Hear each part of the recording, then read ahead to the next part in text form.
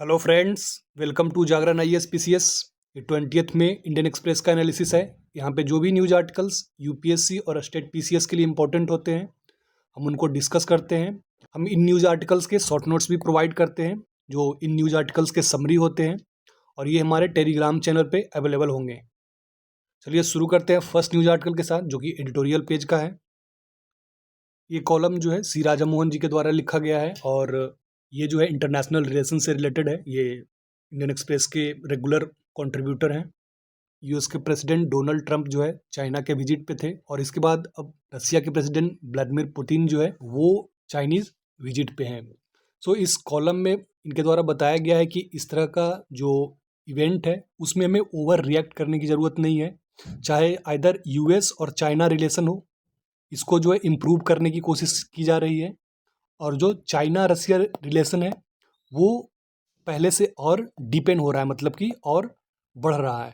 सो उसमें हमें over react नहीं करना चाहिए, और हमारा जो मेन कंसर्न है इनके बीच जो रिलेशन है वो नहीं, बल्कि जो चाइना का राइज है, चाइना का असर्टिवनेस है, वो हमारा मेन कंसर्न है। चाइना के साथ हमारे जो डिफरेंट इश्यूज़ है वो बॉर्डर से रिलेटेड इश्यूज़ हैं, और उसमें टाइम टू टाइम कॉन्फ्लिक्ट होता रहता है। उसके बाद हमारा ट्रेड डेफिसिट चाइना के साथ जो है वो बहुत ही हाई है। ये हमारे लिए एक चिंता की बात है। और उसके बाद जो चाइना का इन्फ्लुएंस है हमारे नेबरहुड में, वो जो है बढ़ रहा है। यहाँ बताया गया है कि चाइना के साथ जो हमारा ट्रेड डेफिसिट है वो लगभग $120 बिलियन के आसपास है। सो जो इशूज़ जो है हमारे चाइना के साथ, जो इशूज़ हैं वो हमारे लिए कंसर्न है, ना कि जो चाइना और यूएस के रिलेशन जो इम्प्रूव हो रहे हैं, या चाइना या रसिया के रिलेशन डिपेंड हो रहे हैं वो। तो यहाँ पर जो हमारे रिलेशंस रसिया के साथ हैं और जो रिलेशंस वेस्ट के साथ हैं, उसको भी एनालाइज किया गया है। जैसे कि इसमें कहा गया है कि रसिया और चाइना का जो रिलेशन है वो गहरा हो रहा है, और हमारा जो रिलेशन रसिया के साथ है वो पुराना है। बट जो ये सोचते हैं कि हम रसिया से चाइना को बैलेंस करेंगे, सो यूक्रेन वॉर 2022, इसके बाद देखा गया है कि रसिया का झुकाव जो है चाइना की तरफ और बढ़ता ही जा रहा है। सो वो थ्योरी वो पूरा पूरा सही दिखता नहीं है। इसके बाद वेस्ट को रेफरेंस देके इन्होंने लिखा है कि वेस्ट के बारे में हम लोग को जो ओपिनियन है वो ओवर सस्पिशियस है, मतलब एक्सेसिव सस्पिशन का है। बट अगर आप फैक्ट देखें तो वेस्ट से जो हम टेक्नोलॉजी ट्रांसफ़र है, या हम एक्सपोर्ट करते हैं, या वहाँ से जो इन्वेस्टमेंट है, सिक्योरिटी, डिफेंस, मतलब कि इन सब चीज़ों में इंडिया बेस्ट कंट्रीज़ से गेन करता है। सो अगर फैक्ट्स में देखें तो ये हमारे लिए वेस्ट कंट्रीज़ इम्पोर्टेंट है, और जो हमारा एक्सेसिव सस्पिशंस है वो हमें कहीं ना कहीं दूर ले जाता है। और इसका एक और एग्जांपल दिया है, ऑथर ने कहा है कि जो हमारा अभी नीदरलैंड के विजिट पे थे प्राइम मिनिस्टर, जो नीदरलैंड के साथ एक्सपोर्ट है, वो एक्सपोर्ट जो है चाइना और रशिया दोनों को मिलाकर कंबाइंड से भी ज़्यादा है। सो इससे आप अंदाज लगा सकते हैं कि वेस्ट हमारे लिए इम्पोर्टेंट क्यों है। नो डाउट बहुत सारे इश्यूज़ हैं, बहुत सारे इश्यूज़ आते रहते हैं, बट जो फैक्ट है, जो उनसे हमारा गेन है, उनको हमें ध्यान में रखना चाहिए। और हमारा जो मेन कंसर्न है वो चाइना का राइज या चाइना का असर्टिवनेस है। और इसके बाद अपने अंदर हम फोकस क्या कर सकते हैं। हमारे अंदर जो चैलेंजेस है हमारे अपने सिस्टम में, एजुकेशन से रिलेटेड, मैन्युफैक्चरिंग से रिलेटेड, रिसर्च एंड डेवलपमेंट से रिलेटेड, और इंफ्रास्ट्रक्चर मॉडर्नाइजेशन से रिलेटेड, तो हमें इन एरियाज़ पे फोकस करना चाहिए। और इन्होंने क्वाड के बारे में भी रेफरेंस देते हुए बताया है कि अगर यूएस का जो विजिट है, चाइना विजिट, वो एक विजिट से क्वाड का जो जो रेलिवेंस है वो ख़त्म नहीं हो जाता है।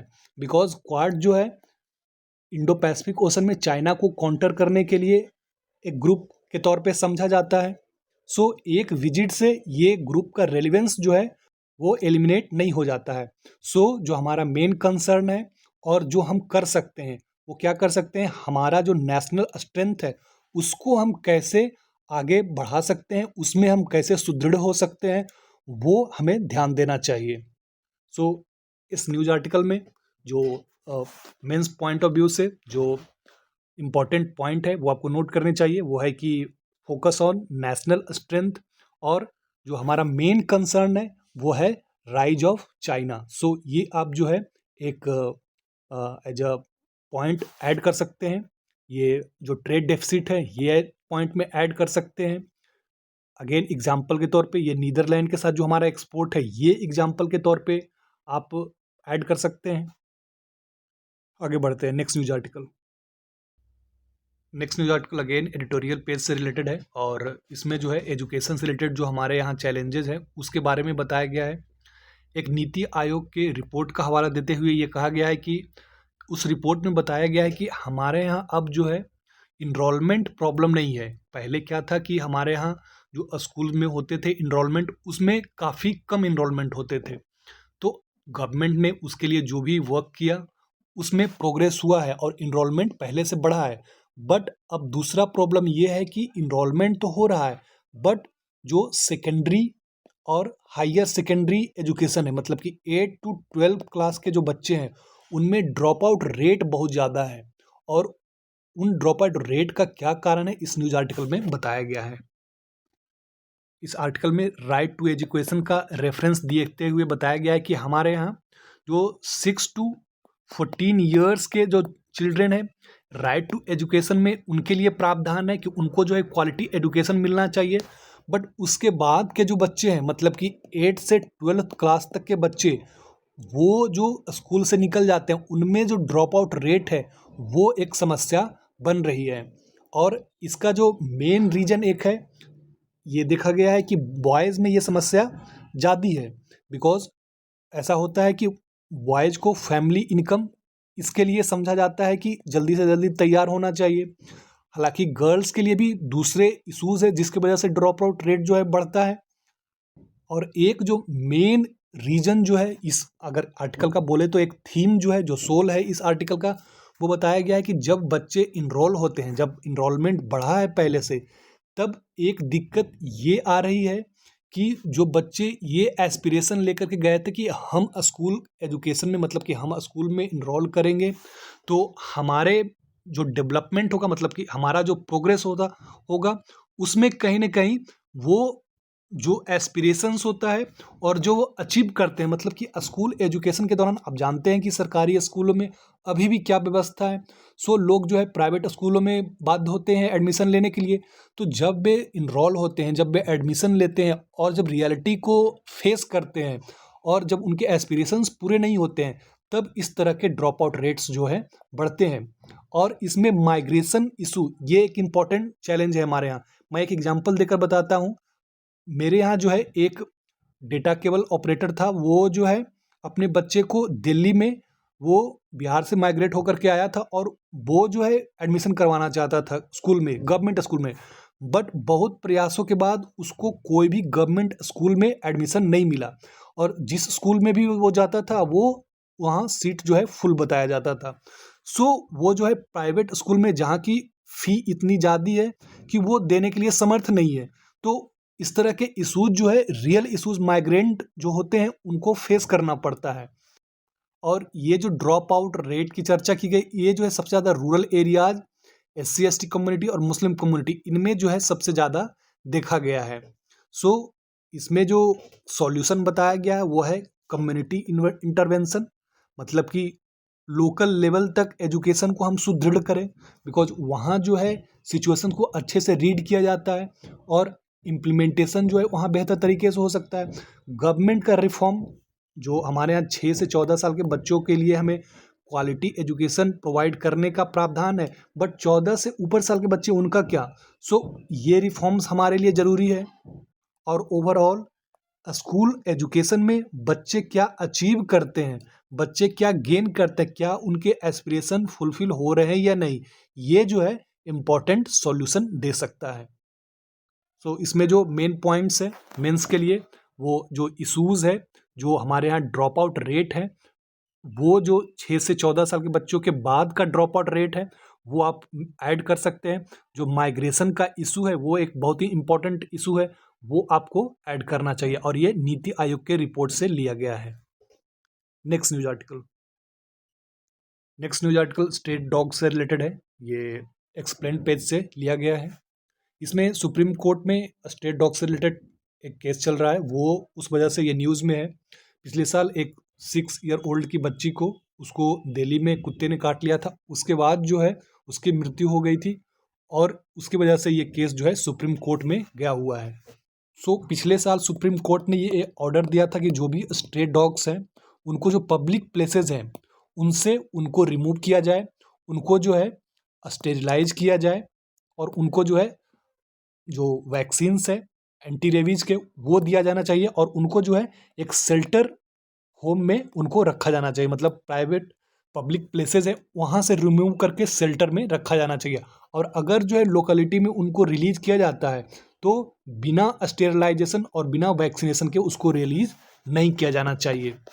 इसके बाद जो एनिमल वेलफेयर से रिलेटेड लोग हैं उनका ये तर्क है कि ये जो डॉग्स होते हैं वो जो है एक लोकेलिटी के अंदर में रहते हैं, मतलब कि कोई स्पेसिफिक कॉलोनी या स्पेसिफिक जगह है तो वे डॉग्स जो है उन्हीं एरियाज में सिर्फ रहते हैं।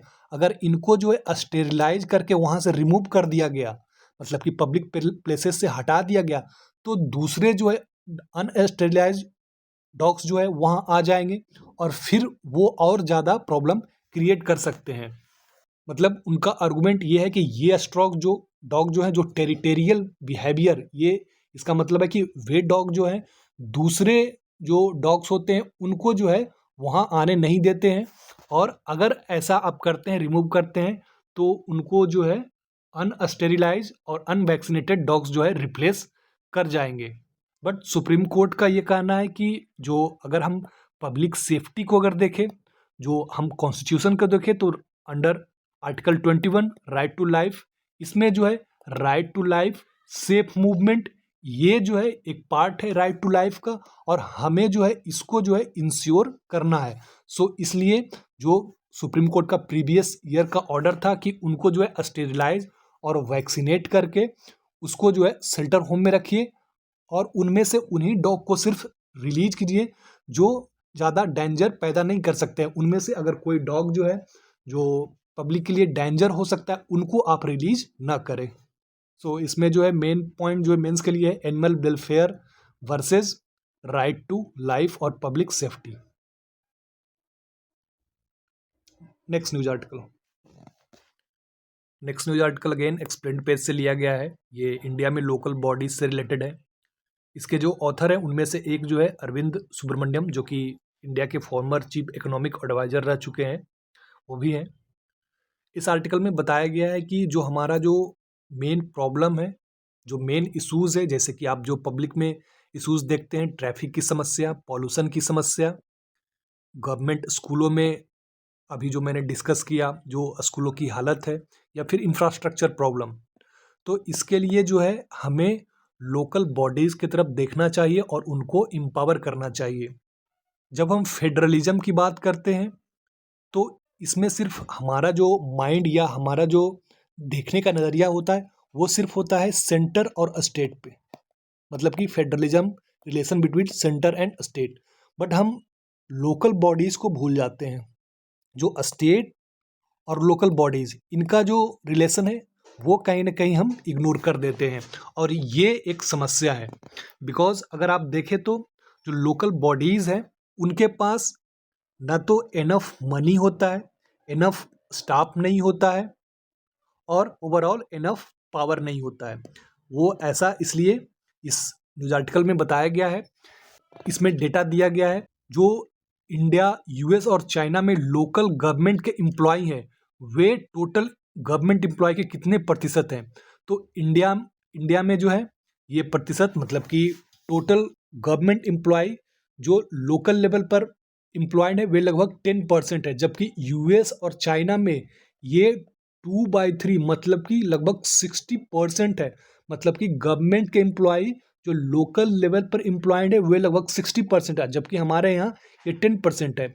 उसके बाद एक्सपेंडिचर के बारे में इसमें बताया गया है कि अर्बन लोकल बॉडीज़ में जो टैक्स है, मतलब कि टैक्स कलेक्ट कर सकते हैं जो उनके पावर में है, वो लगभग 0.3% है और उनका खर्च कितना होता है, लगभग 1% के आसपास। तो उनके पास इनफ फाइनेंसेस नहीं है, और इसके लिए वे स्टेट ग्रांट और सेंट्रल गवर्नमेंट की स्कीमों पर डिपेंड करते हैं। अब उसके बाद उनके पास इनफ स्टाफ्स नहीं होता है, और उनके अपॉइंटमेंट के लिए या उनको यूटिलाइज करने के लिए इनफ पावर उनके पास नहीं होता है।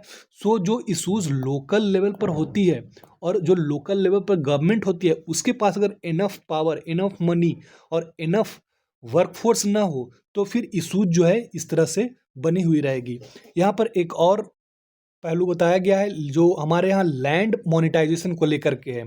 जो हमारे यहाँ लोकल लेवल पर लैंड्स हैं, उनको गवर्नमेंट कैसे यूज करती है, गवर्नमेंट को कितना रेवेन्यू आता है, तो ये बताया गया है कि ये जो है चाइना में लगभग जीडीपी का 10% के आसपास जो है लैंड रेवेन्यू गवर्नमेंट को जाता है, जबकि इंडिया में लगभग 1% है। और उसकी वजह क्या है, जो चाइना में, चूंकि चाइना मतलब कि डिस्पाइट चाइना एक कम्युनिस्ट गवर्नमेंट है, मतलब कि वहाँ पब्लिक प्रॉपर्टी ये बहुत लिमिटेड है। इसके बावजूद जो चाइना का पॉलिसी ये है कि जो पब्लिक लैंड है वो गवर्नमेंट जो है वो लीज पर देती है प्राइवेट कंपनियों को, और तब जो है प्राइवेट कंपनियां या प्राइवेट बॉडीज जो है उसको डेवलप करते हैं, और फिर लैंड की वैल्यू बढ़ जाती है। लैंड की वैल्यू बढ़ जाती है तो समझिए गवर्नमेंट का रेवेन्यू और बढ़ गया। सो ये हमारे यहाँ नहीं होता है, और यही वजह है कि हमारे यहाँ इंडिया में जो जीडीपी का 1% है वो लैंड रेवेन्यू कंट्रीब्यूट करता है, जबकि चाइना में ये 10% है। और एक और इशू जो है इसमें है कि हमने अर्बन लैंड सीलिंग एक्ट के तहत पर्टिकुलर एक व्यक्ति जो है कितना लैंड पोजेस कर सकता है, इसको सीलिंग किया हुआ है। तो इससे क्या होता है, इसमें ब्लैक मार्केट बढ़ गई है। मतलब इस न्यूज़ आर्टिकल में बताया गया कि हमारे यहाँ सबसे ज़्यादा जो ब्लैक मनी है वो रियल एस्टेट में है। प्रॉपर्टी जितनी होती है लोग उतना दिखाते नहीं है, और फिर वो पूरा टैक्स इवेजन और वो सब कुछ मामला। सो इस पूरे न्यूज़ आर्टिकल में ये नोट करने वाला पॉइंट है कि हमारे यहाँ जो लोकल बॉडीज़ है उनमें क्या इशूज़ है। तो ये 3 इशूज़ जो बताए गए हैं, enough money, enough staff, enough power, और इसमें जो कुछ डेटा दिया गया है ये आप नोट कर सकते हैं। लैंड मोनेटाइजेशन ये एक इम्पॉर्टेंट पॉइंट्स हो सकता है, और ये जो है मेंस पॉइंट ऑफ व्यू से बहुत ही इम्पॉर्टेंट है। Next news article editorial page का है, और ये अभी प्राइम मिनिस्टर मोदी जो है वो यूरोप के विजिट पे हैं, और उनका नेक्स्ट डेस्टिनेशन जो है इटली है। सो इंडिया और इटली, ये दोनों जो सुप्रीम लीडर है उनके द्वारा ये आर्टिकल जो है शेयर किया गया है। इस आर्टिकल में बताया गया कि दोनों कंट्रीज कैसे एक दूसरे से कोऑपरेट करके हमारे जो शेयर्ड विजन है, शेयर्ड इंटरेस्ट है, उसके साथ आगे बढ़ सकते हैं और एक दूसरे के कैपेसिटी को यूटिलाइज कर सकते हैं। तो इसमें इंडिया के बारे में जो बताया गया है, जो इंडिया का मेन स्ट्रेंथ है वो है इंडिया में नंबर ऑफ स्टार्टअप्स, जो डिजिटल पब्लिक इंफ्रास्ट्रक्चर है वो, इंजीनियरिंग टैलेंट, और हमारा जो स्केल ऑफ इकोनॉमी है। स्केल ऑफ इकोनॉमी कहने का मतलब कि हमारे यहाँ जो लेबर फोर्स है, हमारे यहाँ जो स्पेस है, हमारा जो इकोनॉमिक साइज है, वो जो है दूसरे कंट्रीज़ के लिए एक अपॉर्चुनिटी क्रिएट कर सकता है। और अभी मैंने कुछ देर पहले जो प्रीवियस आर्टिकल्स था उसमें बताया कि कैसे वेस्टर्न कंट्रीज जो है हमारे लिए टेक्नोलॉजी के लिए, इन्वेस्टमेंट के लिए, उसके लिए कैसे इंपॉर्टेंट है। तो जो इटली का स्ट्रेंथ है हमारे लिए, जो हमारे लिए यूजफुल हो सकता है, वो है उसका मैन्युफैक्चरिंग, इंडस्ट्रियल डिजाइन टेक्नोलॉजी, मतलब कि मैन्युफैक्चरिंग, सुपर कंप्यूटिंग और इंडस्ट्रियल डिजाइन, इससे रिलेटेड जो टेक्नोलॉजी है। बिकॉज हमारा जो मैन्युफैक्चरिंग या इंडस्ट्रियल सेक्टर है उसको अभी काफ़ी ग्रो करना है, और उसके लिए टेक्नोलॉजी और बेहतर टेक्नोलॉजी अगर मिलती है, जहाँ से भी मिलती है वो हमें लेना चाहिए, और काफ़ी कुछ वर्क करने की ज़रूरत है। सो दोनों के क्या स्ट्रेंथ हैं, ये मेन पॉइंट्स है आर्टिकल का, वो आपको समझना चाहिए। सो ये था आज का इंडियन एक्सप्रेस का एनालिसिस। आई होप आपके लिए ये यूजफुल रहा होगा। All the best, thank you for watching.